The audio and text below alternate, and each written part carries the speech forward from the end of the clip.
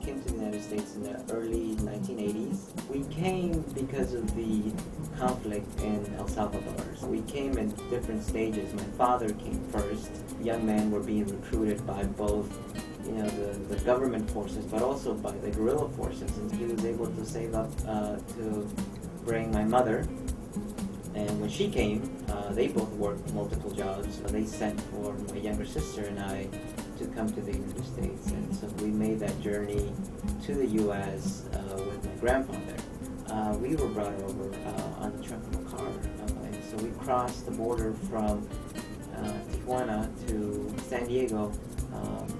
One moment we're in, sort of this suffocating heat to the point where my sister actually passed out from the heat. Next thing you know, we woke up and we were in a junkyard somewhere, like literally in San Diego somewhere, and that's how we got here.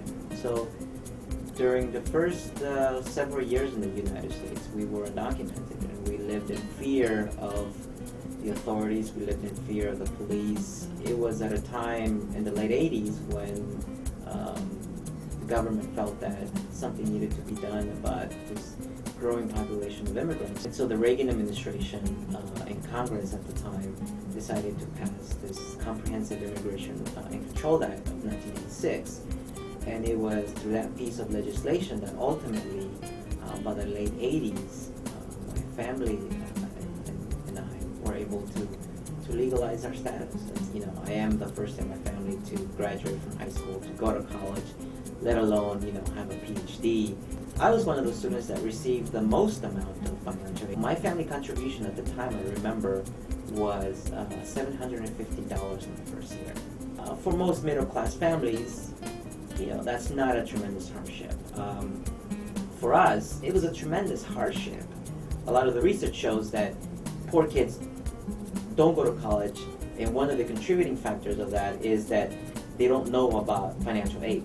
We went to this training to talk to kids about how to go to college, and that even if they were poor, that there was all this financial aid and scholarships that they were eligible for. At the end of every session, there was always a handful of students that would kind of mingle around and wait till everybody left, and kind of meekly would come up, and then they would at some point divulge, if I'm undocumented, am I still eligible for all of the stuff that you just talked about?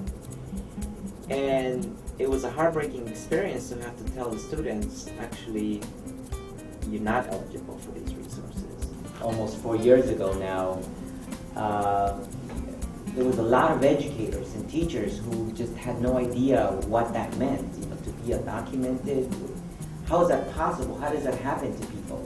Every year, we have 65,000 undocumented students who graduate from American high schools who are technically eligible for this legislation. All of these national posts from these media outlets that show that even though Americans feel ambivalent about immigration, about immigrants, that they may feel more negative than positive, when you ask them about how do you feel about providing a path to legalization, that between 63 and 68% consistently over the past at least 5 years, 63 to 68% support providing a path to legalization. The DREAM Act focuses only on the college-going, undocumented young adults. The book is titled We Are Americans, Undocumented Students Pursuing the American Dream.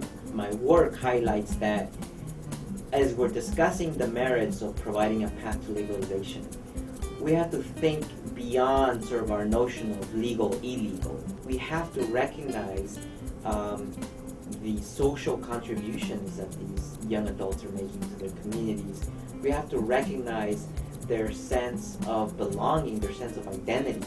We have to recognize the economic contributions that their parents make, that in many ways make our country economically competitive on a global scale. At a very human level, it's a tragedy because here, we have kids, we have high school valedictorians, we have students that are the most accomplished in American society, this talented pool of individuals that are more than willing to contribute to, sort of the U.S. well-being, and we're not able to capitalize on that talent. And so So there is the need to do something sooner rather than later.